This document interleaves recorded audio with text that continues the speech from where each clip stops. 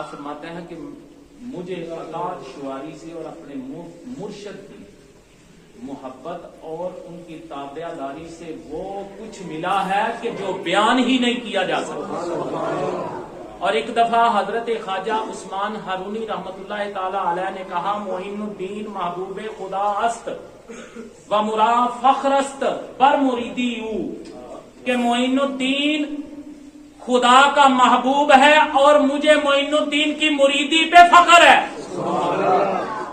یہ آپ کے مرشد نے کہا. 52 سال کی عمر میں آخر کار وہ وقت آ گیا جب خواجہ صاحب کو خواجہ عثمان ہارونی رحمت اللہ تعالی علیہ نے خرقہ خلافت پہنا دیا. خواجہ صاحب نے آپ کو خلافت دی جب تو ایک اپنا خرقہ مسلح